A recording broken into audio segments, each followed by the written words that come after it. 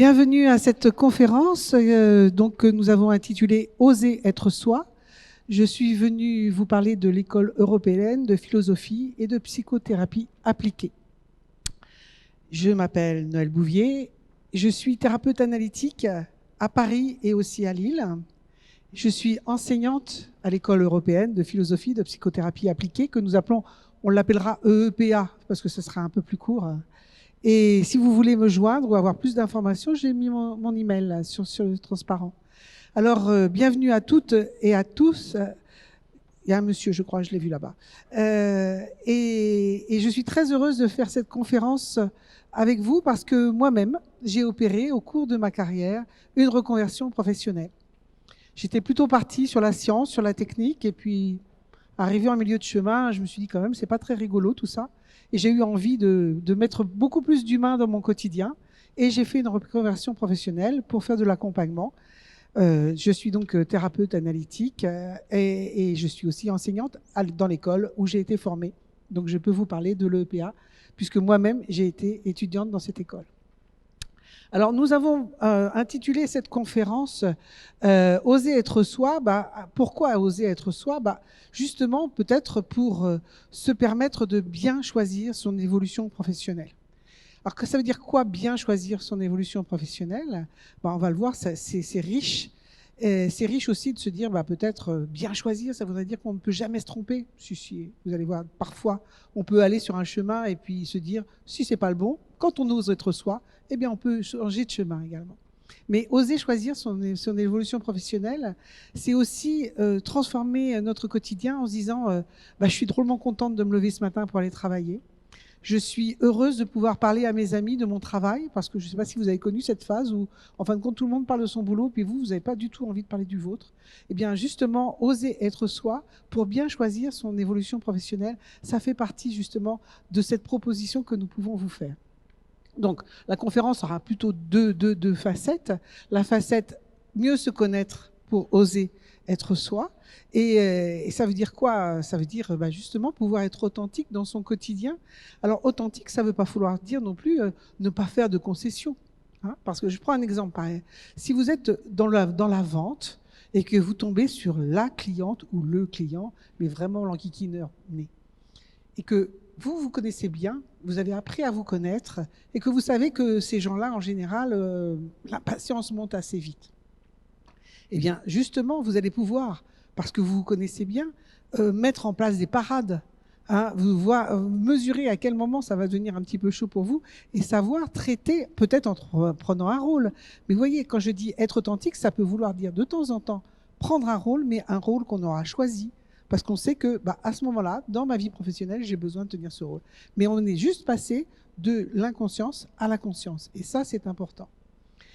Donc, voilà, on va cheminer ensemble sur cette notion de oser être soi pour mieux se connaître. Et puis après, je vous parlerai un peu de l'EPA, puisque l'EPA, en effet, a deux dimensions. A une dimension d'une école que vous pouvez faire simplement pour aller visiter qui vous êtes et mieux vous connaître et faire un développement personnel, participer à votre épanouissement personnel, ou vous pouvez également faire de l'EPA une école dans laquelle vous allez vous former pour devenir thérapeute. Donc vous aurez les deux facettes, mieux vous connaître dans votre évolution professionnelle, mais si vous voulez aussi, l'EPA peut vous permettre de devenir thérapeute. Alors, simplement, on va vous faire un petit, pour illustrer mon propos, je vais vous parler d'un petit projet, et je pense qu'un petit projet, si on allait voir la mer, c'est toujours tentant de se dire, tiens, si on allait voir la mer. Mais comme dans beaucoup de projets, ce qui est important, c'est quand même de savoir d'où on part. Hein. Regardez, moi, j'habite Paris, je travaille à Lille, aujourd'hui, je suis à Bordeaux. Bon, si je veux faire l'itinéraire pour mon chemin pour aller vers la mer, il faut que je sache exactement où je suis. Après, c'est important aussi de savoir vers où on a envie d'aller. Qu'est-ce qui me motive? J'ai envie d'aller bronzer sur la Côte d'Azur, j'ai envie d'aller manger des huîtres sur le bassin, j'ai envie d'aller faire du char à voile sur la côte d'Opale. Voilà, en fonction de nos envies, on va avoir notre itinéraire va être très différent. Et puis en plus, il va falloir quand même prendre en compte nos contraintes. Est-ce qu'on a beaucoup de temps? Si on n'a que 24 heures, je pense qu'on va finir sur l'Atlantique en partant de Bordeaux.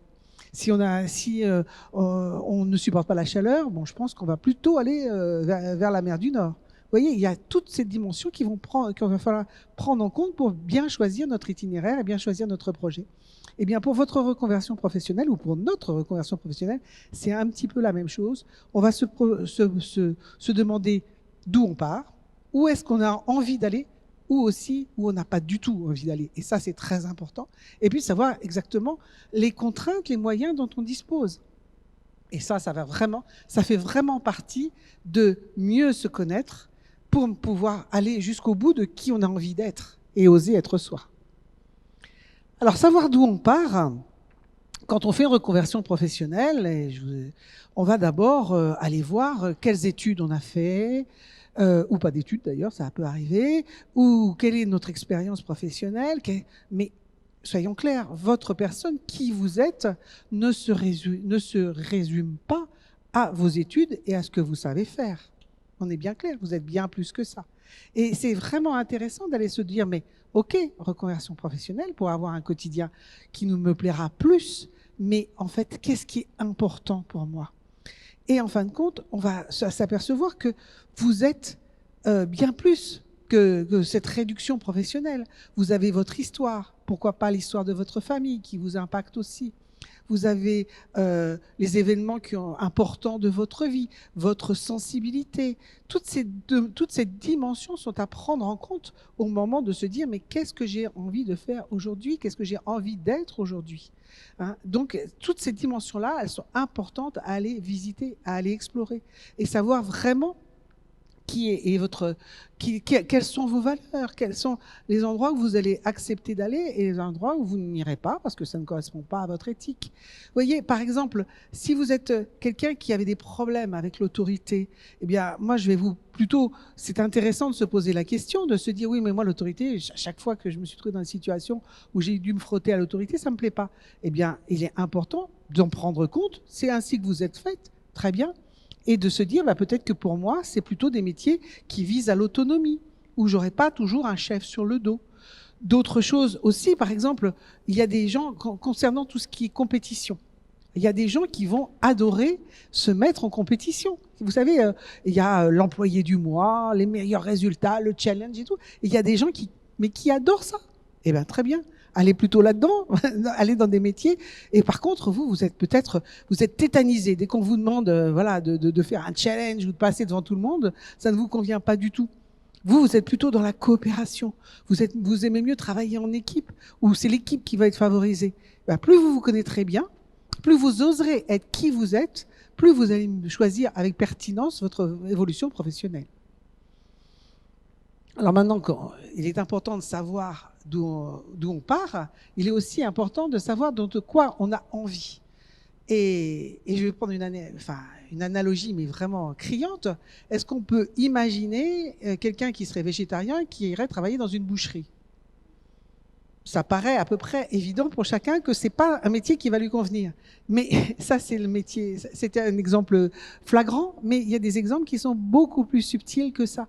Et ça, c'est vraiment très intéressant de s'intéresser à quelles sont mes envies, mes penchants. Alors, on va vous dire, oui, mais attention, ce métier-là, il recrute très bien. Ouais, tiens, regarde, assistante maternelle, on en demande beaucoup. Il y en a vraiment beaucoup.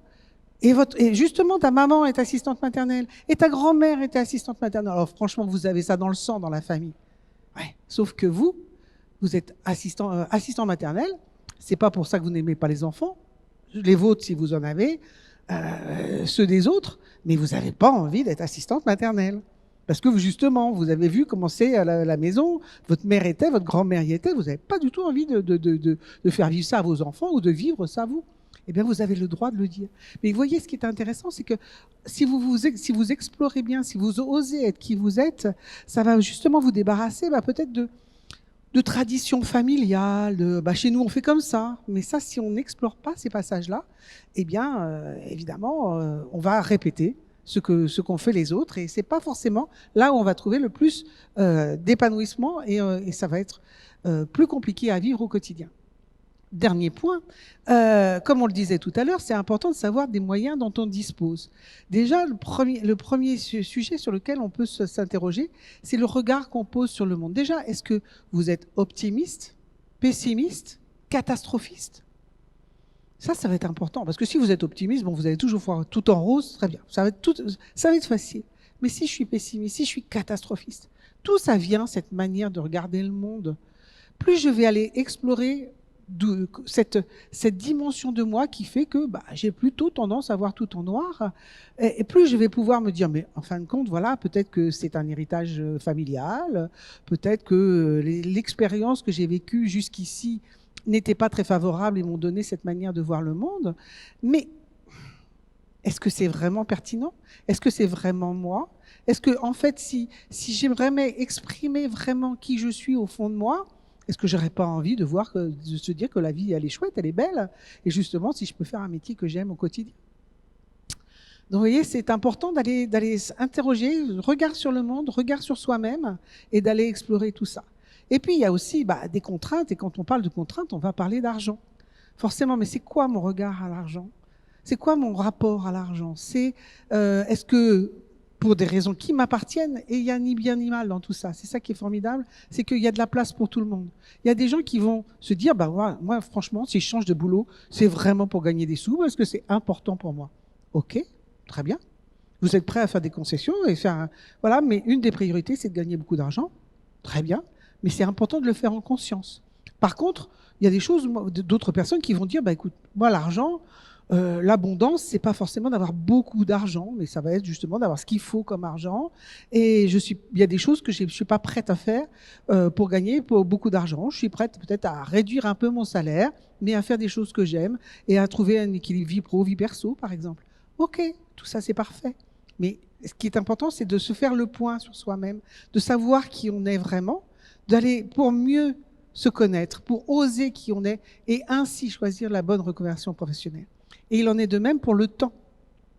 Le temps, c'est une donnée. Est-ce que vous êtes prêt à dépenser beaucoup de temps pour votre travail? Et pourquoi pas? Je réinsiste, il n'y a ni bien ni mal, chacun fait comme il l'entend et comme c'est bien pour lui, comme ça résonne, comme c'est juste, comment ça va avec son intuition.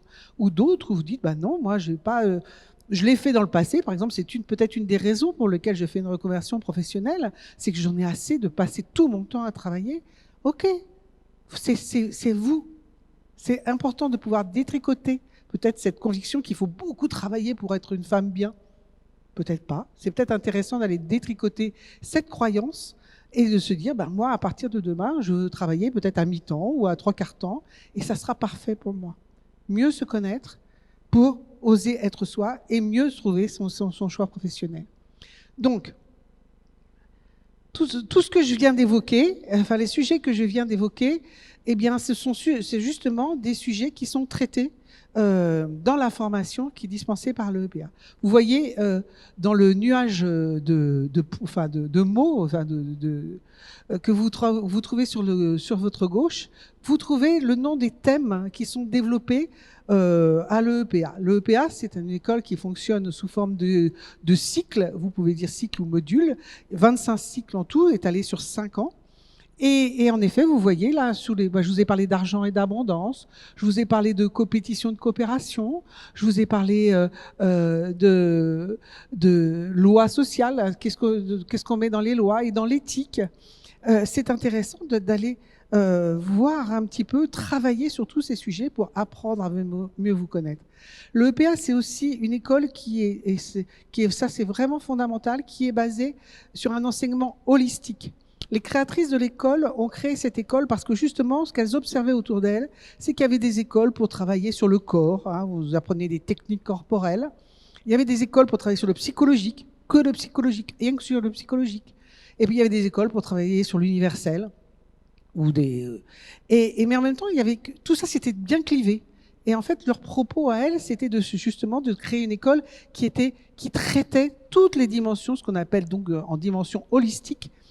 C'est-à-dire que nous sommes un corps, nous sommes un psychologique, nous avons une dimension universelle, et tout ça le traiter en même temps. et ne pas faire de découpage en morceaux, mais vraiment de sortir de ce clivage et de pouvoir avoir une vision globale de l'être et du monde dans lequel nous vivons. Une des spécificités, c'est que nous travaillons, oui, en chaque cours, il y a une partie qu'on va qualifier de théorique. Et en tant qu'enseignante, je peux vous dire, je travaille mon cours et je travaille, entre guillemets, la théorie. Mais ce qui est très important, c'est que nous fondons nos cours sur l'expérience de nos étudiants. C'est-à-dire que quand je vais arriver, j'aurais préparé mon cours, je sais que j'ai des jalons sur lesquels je veux passer. On parlait tout à l'heure de l'argent et de l'abondance. On va parler d'argent et de la mort, l'argent et l'amour, l'argent et le couple. Enfin, il y a plein de choses à aborder de très, très intéressantes au niveau de l'argent. Mais en même temps, ce que je vais écouter surtout, c'est ce que vont m'apporter les étudiants. Et avec l'apport que les étudiants, les exemples que vont me donner les étudiants, eh bien, moi, je vais rebondir sur la théorie et vraiment, et je peux vous assurer que ça marche à tous les coups. À la fin du cycle, eh ben, on est passé par tous les jalons que je m'étais proposé de passer, mais en nous appuyant sur l'expérience des étudiants. Il y a aussi quelque chose qui est fondamental dans notre école, c'est un temps d'intégration où on va vérifier que le savoir qu'on vous a apporté est passé, ce qu'on appelle le savoir, hein, donc on va mettre dans la tête, va être passé au niveau de la connaissance, voire de l'intégration. C'est pour ça que je fais un peu le dessin. C'est bien d'être dans la tête, c'est bien d'être dans le cœur, c'est bien d'être dans le corps. Et donc, c'est vraiment cette dimension-là de l'intégration que nous mettons très, très en avant. Alors, comme je vous l'ai dit, c'est sur 5 ans. Pourquoi 5 ans? Ça peut paraître très long, mais ou pas. Parce que je ne sais pas si vous allez voir des thérapeutes, mais je pense que vous n'auriez pas très envie d'aller voir des thérapeutes qui ont été formés en 15 jours, 3 semaines. En général, on aime bien que ce soit des gens qui soient bien assis et qui aient bien travaillé sur eux. Et ce temps-là est absolument nécessaire parce que le travail qu'il y a entre chaque cycle, vous continuez à travailler vous-même dans votre quotidien, peut-être à faire des lectures, à écouter des podcasts, à en parler avec vos amis. Vous continuez à cheminer entre chaque cycle sur le sujet de façon personnelle, évidemment. Et puis, donc c'est pour ça que ça dure 5 ans. Et il y a une chose aussi qui est très importante que je voudrais souligner ici, c'est que quand vous adhérez quand vous suivez l'école de l'EPA, vous paierez à chaque cycle. C'est-à-dire que ce n'est pas, vous n'allez pas payer année par année comme font beaucoup d'écoles en disant, voilà, vous avez payé pour la première année, la deuxième année, la troisième année, et puis maintenant, tant pis, vous avez payé pour l'année. Non, c'est très important pour nous. L'EPA, c'est l'école de la liberté. C'est-à-dire, on vous demandera de payer module par module. Parce que le mot que j'emploie, c'est que ce qu'on voudrait, c'est que vous décidiez à chaque fois de vous remarier avec le EPA. Si vous êtes là, c'est parce que vous l'avez choisi. C'est pas parce que vous avez payé et que, puisque j'ai payé, je suis là, quoi. Et ça, c'est capital. C'est vraiment quelque chose de fondamental. Et je peux vous assurer que ça marche très, très bien. Alors, comme je vous le disais, le EPA, ça peut être une école d'épanouissement personnel, ça peut aussi être une école qui nous forme à devenir thérapeute. Et nous avons tous les cas, d'ailleurs vous le voyez, 470 personnes formées et 142 ont ouvert leur cabinet. Vous allez me dire, ouais, c'est pas beaucoup, non, c'est pas beaucoup, mais c'est pas important. Quand on fait de l'artisanat d'art, on fait pas du volume. Et c'est ça, et là aussi, on est vraiment alors évidemment, nous avons très envie de transmettre ce que nous avons appris. Si nous sommes là, c'est parce que vraiment nous sommes convaincus de la pertinence du message. Et en même temps, l'idée, c'est non pas de faire des formations, voilà, c'est pas de l'abattage, c'est vraiment de l'artisanat d'art. Et en effet, on peut choisir ou pas de devenir thérapeute, ou même de se dire au départ, non, je sais pas, c'était juste pour mon épanouissement personnel, et puis peut-être en cheminant, 1 an, 2 ans, 3 ans après, pourquoi pas, se dire après tout, mais pourquoi pas moi? Vous verrez, il y a tous les cas de figure se présentent. Alors aujourd'hui, nous sommes installés à Paris, à Lille, à Bruxelles, à Bordeaux, au Havre, à Strasbourg et à Reims, et puis nous avons d'autres projets d'ouverture d'antennes. Ce que je veux aussi vous dire, c'est qu'il y a une promotion qui démarre au mois de mai, là, très prochainement, et que si vous venez nous voir sur le stand, nous vous donnerons le planning. C'est possible de commencer, et de commencer très très vite. Alors, juste, je fais un petit point. l'école européenne de philosophie de psychothérapie appliquée, vous allez me dire, oh là là, philosophie, psychothérapie, avec tous les gens que vous avez mis là, Nietzsche, c'est compliqué tout ça, Platon, et puis Lacan, Lacan. Eh bien non, justement, l'idée c'est que nous allons nous appuyer sur les travaux de toutes ces sommités, oui, en effet, mais notre travail c'est justement de rendre accessible à chacun, à vous, enfin à nous les enseignants, à vous les étudiants, et aussi si vous êtes thérapeute, à vos futurs thérapeutes, tous ces concepts qui sont parfois bien compliqués, ben nous on s'attache justement à les rendre accessibles à tous, et ça c'est vraiment très important. Et on verra aussi que on va pas s'arrêter, enfin on parle des philosophes, là vous avez surtout des philosophes européens, mais on va aussi aller voir du côté des philosophies orientales, on va aller voir du côté du bouddhisme, on va aller voir du côté du taoïsme, on va aller voir dans la physique quantique, parce que Dieu sait que aujourd'hui la physique quantique rejoint la psychologie, et puis on va aller voir aussi sur les neurosciences, enfin on va essayer, à l'EPA, on est intéressé par tout, parce qu'en fait on est vraiment persuadé que tout se parle et tout parle de la même chose. Alors, la formation, comme je vous l'ai dit, c'est de la psychothérapie psychanalytique, en théorie, en expérientiel et en pratique. Vous apprendrez le fonctionnement du psychisme et de la psychopathologie. Vous profiterez aussi pour travailler sur l'harmonisation de l'être. Ça, c'est les objectifs de la formation officielle. Et les publics, eh bien, ce sont des publics, des étudiants ou des praticiens, parce que je peux vous dire que à l'EPA, nous avons tous les âges et tous les métiers. Des étudiants de l'EPA, je pense que à 20 ans, le plus âgé devait avoir 68 ans, c'est un homme, quand il a commencé sa formation, et avec l'ambition de recevoir du personnel, des patients, et notamment d'orienter sa patientèle vers les personnes âgées, en disant moi je vois bien qu'il y a une vraie demande des personnes âgées et j'ai envie de m'orienter sur l'accueil des personnes âgées. On peut avoir un public extrêmement divers. On va avoir des gens qui viennent pour leur développement personnel, d'autres qui viennent pour une reconversion professionnelle, d'autres dont l'appétit vient en mangeant. On a aussi bien je pensais à une assistante maternelle, à des gens qui travaillent dans des bureaux, à des éducateurs, à des psychologues. On a des psychiatres qui viennent faire l'EPA parce que ce que nous apprenons à l'EPA, ils ne l'apprennent pas à l'université, pas du tout à la faculté de médecine. Donc on a vraiment une richesse de population très diverse.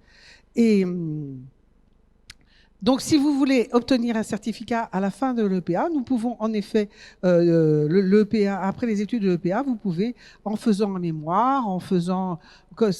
Les conditions sont inscrites sur le transparent. Il y a la rédaction d'un mémoire, il y a évidemment un suivi thérapeutique, évidemment de pratiques de thérapie en supervision et des stages aussi en institution. Mais vous avez le détail sur le transparent et nous pouvons vous en parler quand vous viendrez nous voir sur le stand. Vous avez un site internet, bien sûr, des pages Facebook, Instagram, LinkedIn. Vous pouvez rejoindre le site de l'antenne de Bordeaux sur eepa-bordeaux.com. Je vous mets 2 citations. J'aime bien la notion d'épaisseur des verres à mes lunettes, qui vient d'une de nos étudiantes qui est anthropologue, et une autre aussi qui est une étudiante de Lille et qui nous a dit que plus qu'une école de psychothérapie, c'est un voyage à l'intérieur d'où on revient transfiguré. Donc, si vous voulez nous retrouver sur notre stand, nous sommes donc à côté du pôle formation, nous sommes dans la salle d'à côté le pôle formation, mais nous bénéficions d'une nappe grise qui dit que nous sommes en effet un pôle formation, mais nous sommes dans la salle d'à côté. Voilà, je vous remercie de votre attention et je suis tout à fait à votre écoute pour les éventuelles questions qui peuvent se poser.